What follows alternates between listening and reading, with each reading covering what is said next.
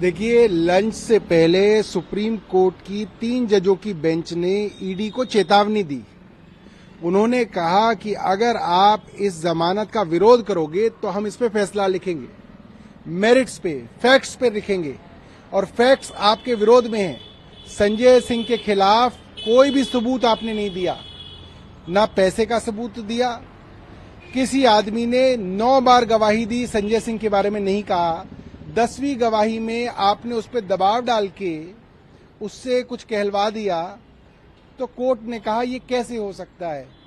इसलिए ईडी ने लंच के बाद केंद्र सरकार से बात करके कहा कि हम इसका विरोध नहीं करेंगे, क्योंकि अगर विरोध करते और कोर्ट जमानत देती, जैसा कि कोर्ट ने पहले ही कह दिया था, तो ये पूरा का पूरा केस जो है हवा में उड़ जाता, पूरा का पूरा केस ही खत्म हो जाता।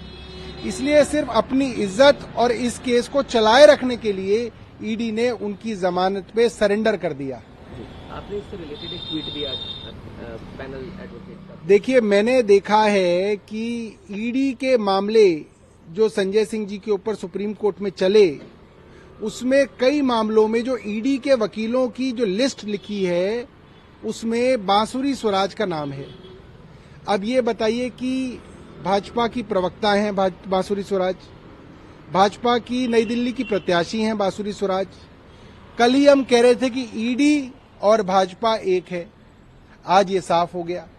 ये जो नौटंकी कर रहे थे कि ईडी स्वायत्त संस्था है, अरे भाई तुम्हारे लोग उसके अंदर वकील हैं, काहे की स्वायत्त संस्था है ईडी।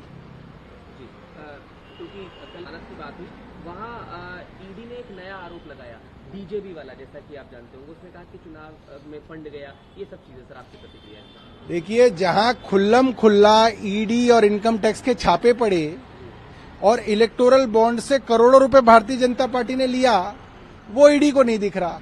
इनकम टैक्स की वेबसाइट पर डला हुआ है, वो ईडी को नहीं दिख रहा। शरद रेड्डी से 55 करोड़ रुपए लिख ले लिए, वो नहीं दिख रहा।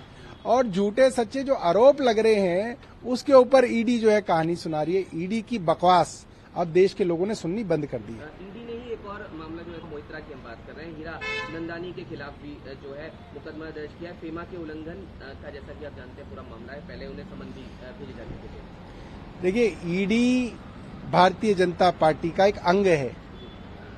जैसे एक यूथ विंग होता है, विमेन विंग होता है, ऐसे ये ईडी विंग है, बीजेपी का है। अब इनके खिलाफ जो बोलेगा उसके अंदर ईडी कहीं ना कहीं से ले आएंगे। क्यों ले आएंगे? ताकि पहले गिरफ्तार करें, बाद में मुकदमा हो, बाद में चार्जशीट हो, बाद में फैसला हो, मगर पहले गिरफ्तार कर लें। तो वही नाटक जो है वो चल रहा है। थोड़ा बात करें तो राहुल गांधी ने एक आग वाला बयान दिया था, प्रधानमंत्री ने उस पर पलटवार किया है और आगामी लोकसभा चुनाव को लेकर, जैसा कि आप देख रहे हैं कि उन्होंने अपना जो चार्जशीट। देखिए, मैं हैरान हूं कि प्रधानमंत्री 10 साल सत्ता में रहे, उन्होंने देश के लिए क्या किया ये बताने के लिए उनके पास नहीं है।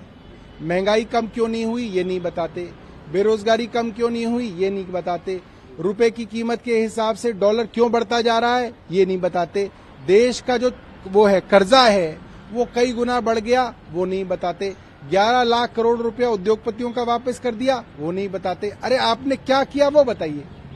किसी ने किसी को क्या कह दिया, मुझको किसी ने गाली दे दी, मैं बहुत बेचारा हूँ, ये सब बातें जो है शोभा नहीं देती। आपने जो काम किया है वो बताइए। प्रचार को लेकर निशाना साधा है, प्रचार के पापा कहते हुए, जिसमें ये कहा गया था कि मोदी ने युद्ध रोका, फंसे भारतीयों को निकाला, ऐसे विज्ञापन की बात। अब देखिए, सब लोग आजकल भारतीय जनता पार्टी की एडवर्टाइजमेंट का मजाक उड़ा रहे हैं। लोग कह रहे हैं कि मोदी जी ने कहा कि उन्होंने यूक्रेन और रशिया की वॉर रुकवा दी और मणिपुर में दंगे होते रहे, मोदी जी उसको रुकवा नहीं पाए। तो ये तो आज सवाल जो है लोग पूछ रहे हैं और मजाक उड़ा रहे हैं। एस जयशंकर ने कहा है कि एक समय था जब भारत दूसरे नंबर पर और चीन पहले, और पीओके और चीन के कब्जे वाले भारतीय क्षेत्रों के लिए उन्होंने नेहरू की गलतियों का, अतीत का हवाला देते हुए कहा। देखिए, पिछले कुछ सालों में जिस तरीके से चीन ने भारत की जमीन पर कब्जा किया है, जयशंकर पूरी तरीके से फेल हुए हैं। उनके बस की चीन के विरोध में एक शब्द कहना नहीं है। चीनी कंपनियों का व्यापार देश में बढ़ता जा रहा है। चीनी कंपनियों के व्यापार की वजह से देश का व्यापारी मर रहा है, देश का इंडस्ट्रियल जो छोटा छोटा स्मॉल स्केल इंडस्ट्री वाला आदमी है वो मर रहा है, मगर जयशंकर जी के बस की बात नहीं है कि चीन के विरोध में कोई बात कह सकें। इस तरीके से कमजोर फॉरेन मिनिस्टर देश का नुकसान कर रहा है। शरद पवार ने घोषित आपातकाल है, डॉक्टर बी.आर. अम्बेडकर द्वारा बनाए गए संविधान को खत्म करने की योजना। अब तो भारतीय जनता पार्टी के नेता ये बात कहने लगे हैं कि अगर हम दोबारा सत्ता में आएंगे तो बाबा साहब अम्बेडकर के संविधान को बदल देंगे। ये बहुत खतरनाक बात है और मुझे लगता है इसी कारण लोग इनको सत्ता में नहीं आने देंगे।